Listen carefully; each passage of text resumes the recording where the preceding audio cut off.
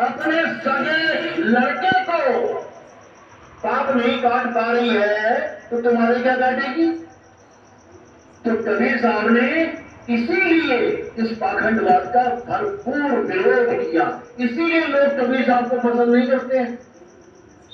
उनके दोहे लिख लेंगे जहां पर उनका काम बनता है, जहां पैसा चाहिए ना, वहां बड़े बड़े गल्लों में लिखवा देंगे, चिड़िया चोंच भर ले गई और नदी न भट गए नीर और दान दिए धंधा घटे क्या गए संत कबीर। हर मंदिर के गल्ले में मिल जाएगा कहीं ना कहीं लिखा हुआ। लेकिन ये नहीं मिलेगा, पाथर पूजे हरि मिले तो मैं पूछूं कहार, ये नहीं मिलेगा लिखा हुआ। क्यों? क्योंकि दुकान खत्म होती, धंधा खत्म हो जाएगा। इसीलिए कबीर साहब ने इस मूल ज्ञान को प्रकट किया इस दुनिया में।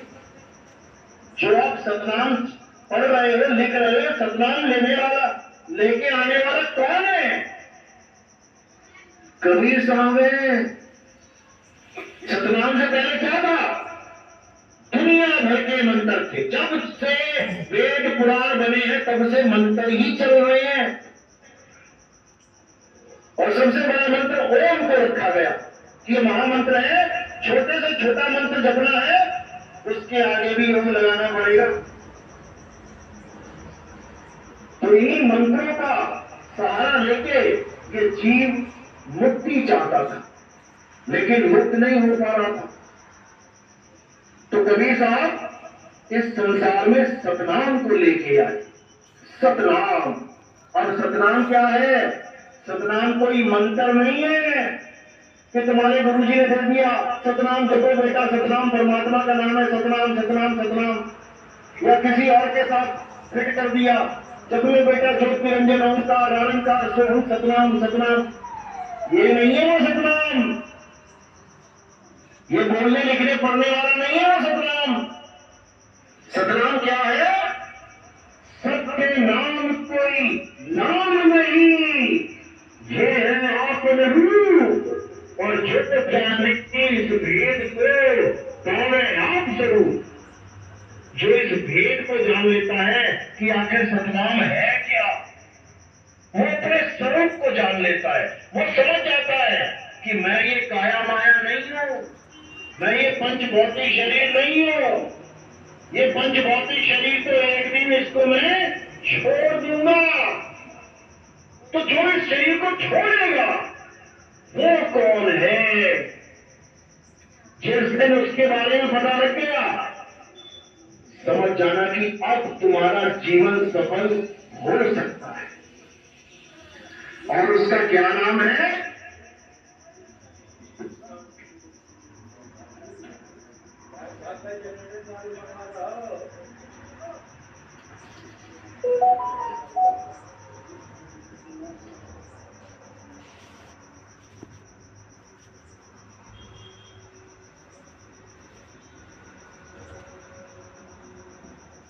नाम कोई नाम नहीं, ये है आपन रूप और जो जाने इस भेद को पावे आप स्वरूप। कौन सा स्वरूप है? किसको पाना है? क्या नाम है उसका? एक तो होगी काया शरीर, पंच भौतिक शरीर, और एक और चीज है जो अजर अमर अविनाशी है। शरीर का तो जन्म होता है लेकिन उसका ना जन्म होता है ना मरण होता है। क्या नाम है उसका? उसका नाम है आत्मा। आत्मा का नाम सुना है? किस किसने सुना? हाथ खड़े करो। आत्मा का नाम सुनाओ जिसने। आत्मा का नाम ही नहीं सुना उस तक। अरे हाथ तो खड़े कर दो, इतना आलस में क्या ठीक है क्या? आत्मा का नाम सबने सुना, नहीं भी हाथ खड़ा किया तब भी सुना है। समझ लो, सबने आत्मा का नाम सुना है, अच्छी बात है। अपनी अपनी आत्मा लेके आए साथ में। घर तो नहीं भूल गया कोई? घर तो नहीं भूल गया? लाए हाथ में, चेक करो जो हाथ लगा के, हाथ लगा के चेक कर लेना है साथ में कि नहीं है। कैसे प्रूफ करोगे? कैसे प्रूफ करोगे कि आत्मा साथ में है? कैसे सिद्ध करोगे? क्या सबूत है कि आत्मा तुम्हारे पास है? घर नहीं छूट गई क्योंकि तुम यहां आके बैठे हो, तुम हिल रहे हो, तुम बातें कर रहे हो, तुम हंस रहे हो। ये सबूत है कि आत्मा इस काया के साथ है। अगर ये काया के साथ ना होती, तुम गली से आ रहे हो और वहां पे काया को छोड़ देती, तो क्या ये शरीर यहां तक पहुंच पाता? कभी जीवन में नहीं पहुंच पाता। कौन है जो इस शरीर को यहां तक लेके आया है? आत्मा है, आत्म शक्ति है। अब उस आत्मा को ही जानना है कि वो है क्या, जिसकी वजह से मैं सुबह से शाम तक काम कर रहा हूँ, जिसकी वजह से आप सुबह से शाम तक सारे दुनिया भर के काम कर रहे हैं और रात में सो जा रहे हैं, फिर उठ रहे हैं, फिर काम कर रहे हैं, रात में फिर सो जा रहे हैं, फिर रोज उठना, फिर वही काम करना, रात में फिर सो जाना। क्या यही करने के लिए आए थे दुनिया में? उठे, खाया पिया कमाया, सो गए, उठे, खाया पिया कमाया, सो गए, उठे, खाया पिया कमाया, सो गए और एक दिन यहां से रवाना हो गए। यही काम करने आए थे क्या? इस जीवन का मकसद क्या है? डॉक्टर बनना या इंजीनियर बनना या कोई साइंटिस्ट बनना या कोई बड़ा ठेकेदार बनना? क्या मकसद है इस इंसानी जीवन का? इस इंसानी जीवन का मकसद है अपनी आत्मा को जानना, अपने आत्म स्वरूप को पहचानना। अगर उसे पहचान गए तो सारे पाप कट जाएंगे, जन्मों जन्मों के पाप कट जाएंगे। एक ही तरीका है पापों को काटने का, और वो क्या तरीका है? अपनी आत्मा में रमण कराएं। अध्याय 3 17वां श्लोक पढ़ो, गीता क्या कहती है? कृष्ण जी क्या कह रहे हैं? जो अपनी आत्मा में रमण करते हैं, जो अपनी आत्मा में तृप्त हैं, जो अपनी आत्मा में संतुष्ट हैं, संतुष्ट यानी जिसे और कुछ नहीं चाहिए, उसे कुछ नहीं चाहिए, वो संतुष्ट हो चुका है। अब कोई कहे चल मंदिर चले, भैया तू जा। कोई कहे चले गुरुद्वारे चले, भैया तुम जाओ।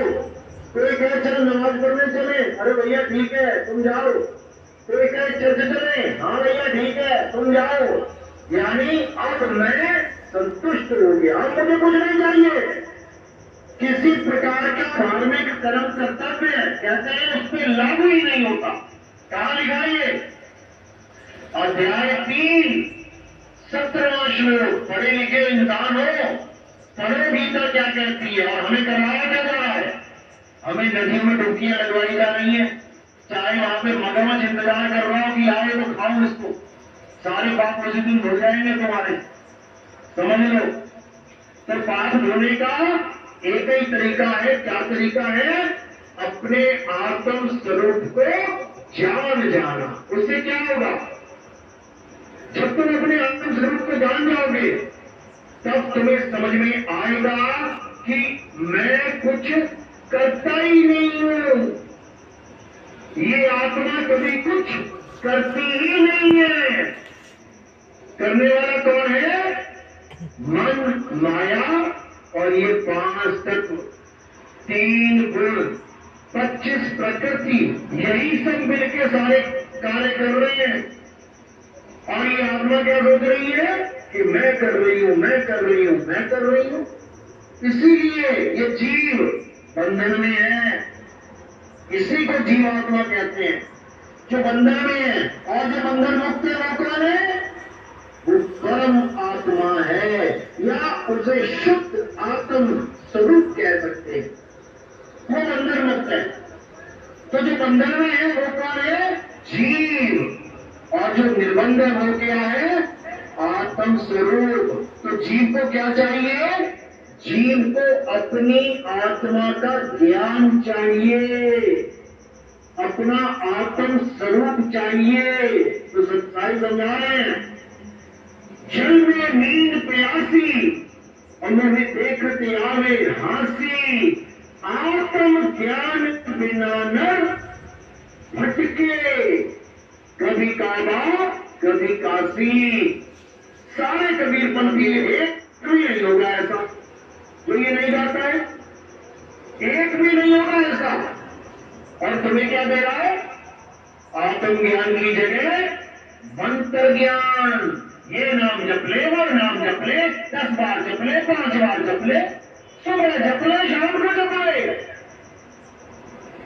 देना था आत्मज्ञान और पकड़ा दिया मंत्र ज्ञान।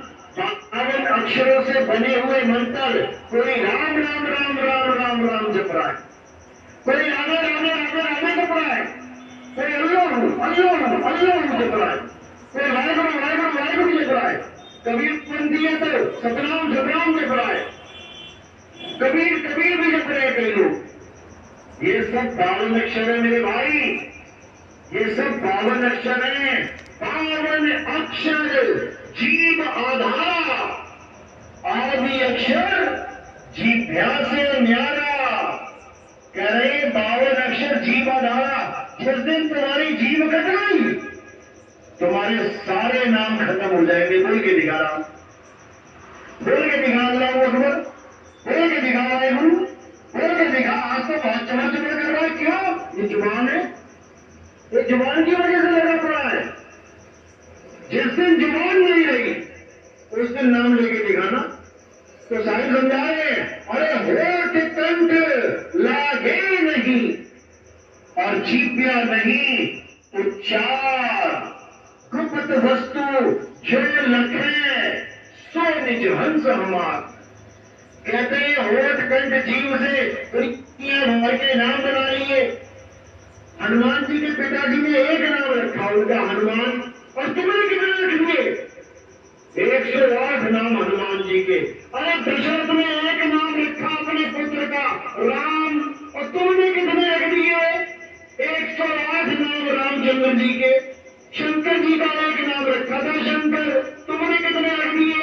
108 नाम। अरे बनाए किससे ये 108 नाम? इन्हीं 52 अक्षरों से। ये सारे नाम किससे बनते हैं? इन 52 अक्षरों से। अगर ये 52 अक्षर हटा दिए जाए, सारे भगवानों के नाम खत्म हो जाएंगे, सारी जात पात के नाम खत्म हो जाएंगे, तुम्हारे हमारे नाम खत्म हो जाएंगे। दुनिया में दिखने वाली हर वस्तु का नाम खत्म हो जाएगा, वो नाम रहेगा ही नहीं। क्यों? ये सब 52 अक्षरों से बना रखे हैं। ये जितने मकान तुम्हें दिख रहा है किससे बनाए हैं? ईंटों से। अगर ईंट खत्म कर दी जाए, पूरी दुनिया में तो मिले, तो ये मकान बनेंगे क्या? नहीं बनेंगे।